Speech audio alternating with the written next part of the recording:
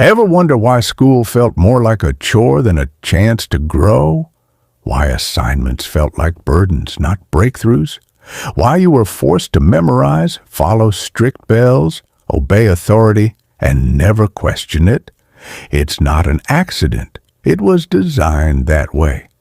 The blueprint for modern schooling came from the battlefield.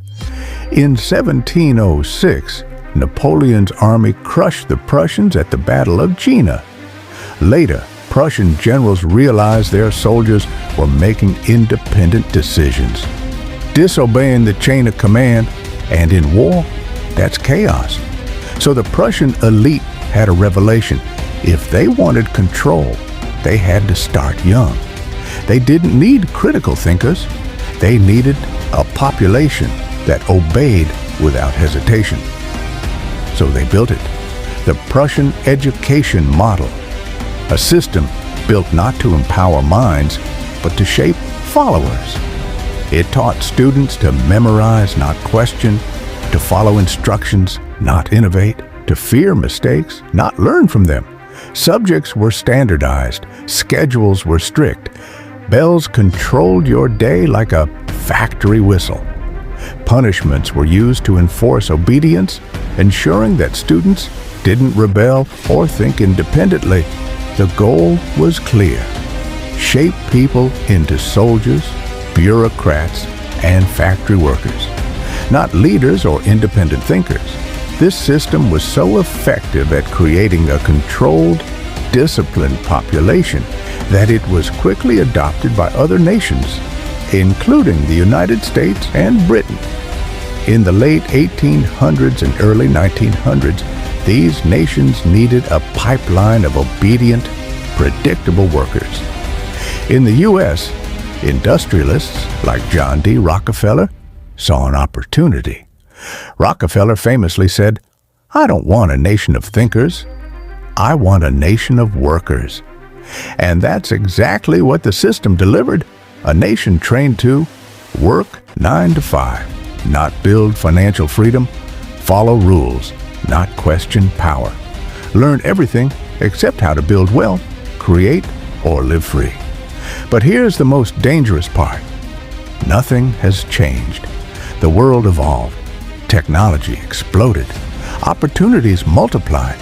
But the system still runs on a 200-year-old playbook. Why? Because it works for them, not for you. Big corporations, governments, banks, they don't want millions of financially free people walking around. They want workers, consumers, taxpayers, people who take out student loans, max out their credit cards, finance a car they can't afford, and buy homes that take 30 years to pay off. By the time most people realize the trap, they're already buried in it, drowning in debt, terrified to take risks, too afraid to break out. And that's the way the system likes it.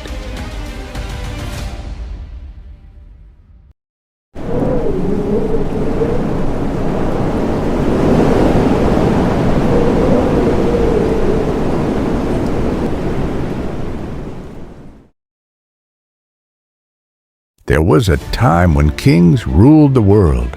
Then came warriors. Then came the men who mastered machines. The Industrial Revolution didn't just change how things were built, it rewired the society. It all started when a handful of inventors in Britain built machines that could spin thread faster and pumps that could pull coal from deep underground. These machines didn't get tired. They didn't ask for wages. Soon, factories sprang up, powered by steam engines that never needed rest. People flooded into cities, desperate for work, and suddenly, the world belonged not to kings or warriors, but to factory owners. The world shifted, fast, and those who adapted, they owned it. Today, history is repeating itself. We're living through something just as big, maybe bigger, the digital revolution. This isn't just about tech. It's a fundamental shift in how wealth is built, how businesses grow, and how ordinary people can create extraordinary things. The internet launched it. AI is accelerating it. You don't need a degree. You don't need to code. You need open eyes, sharp ears, a hunger to learn, and the courage to act now. No matter your age or stage in life, whether you're just starting out or starting over, you can leap. You can build. You can still begin.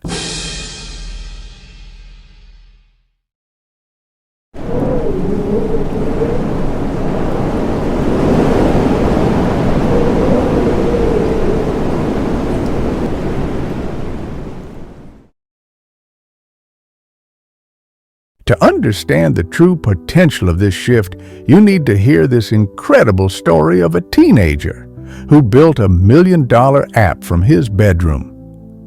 Nick DeLuisio, a British teen passionate about coding, started programming at just 12. His parents weren't tech-savvy, his mom was a lawyer, and his dad worked in finance. But Nick was different. While other kids played video games, he was teaching himself to build them using free resources online. One day, while studying for a history exam, he got frustrated scrolling through long articles on a small screen. That's when the idea struck. What if an app could automatically summarize text? With no investors, no team, and no business degree, just a laptop and an internet connection, Nick built Trim It, an app that condensed long articles into short summaries.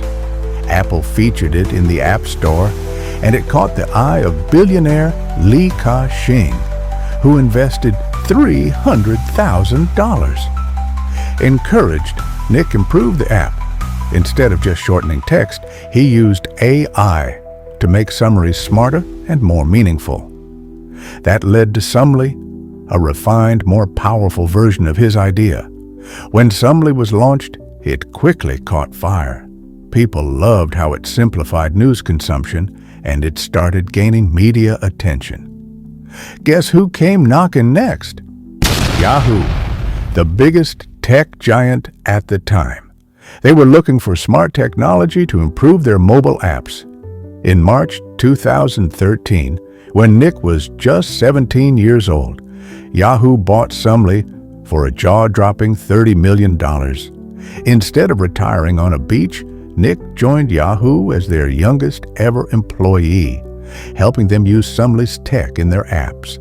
At the same time, he continued his studies, balancing his education and career. If you still have self-doubt, if you still think success is just luck, here's another name you need to know. Stephen Bartlett. Born in Botswana to a Nigerian mother and British father, Stephen grew up in a working-class neighborhood in Plymouth, England, often feeling like an outsider. School never worked for him. Classrooms felt like cages. Grades didn't reflect his true potential. At 18, he enrolled in business school, but dropped out within months. Stephen had nothing except a dream and a laptop. While most people were watching Netflix or scrolling mindlessly, Stephen was doing something different. He was studying people, specifically how Gen Z behaved online. He noticed something big. People weren't paying attention to TV ads anymore. They were glued to memes, viral tweets, YouTubers, and Instagram stories. That's when it hit him. At 22, he launched Social Chain, a marketing agency rooted in internet culture, not corporate playbooks. He partnered with creators running massive meme pages and used their reach to build viral campaigns.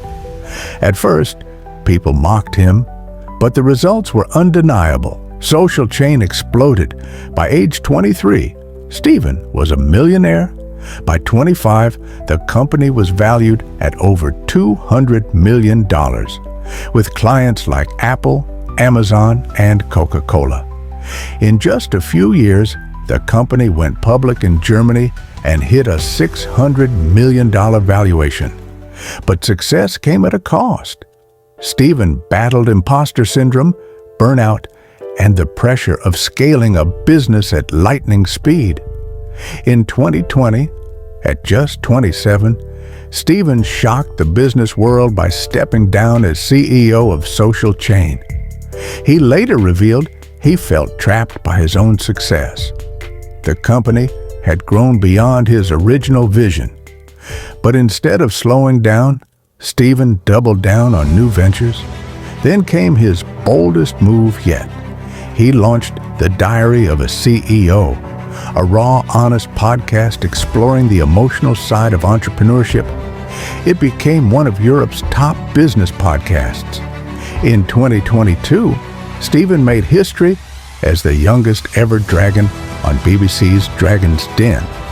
Today, he's worth over £70 million, but his real legacy is deeper. Through his podcast and best-selling book, Happy, Sexy Millionaire, Stephen challenges the traditional definition of success. Most people stay stuck, not because they're not capable, but because they never question the path they were given. Even now, after knowing the truth, 99% of people will do nothing. They'll scroll away, forget what they heard, go back to the same routine, the same paycheck, the same trap. But 1%, they'll feel this in their bones, and they'll act. They'll build. They'll break free. They'll claim what's theirs. Make sure you are one of them.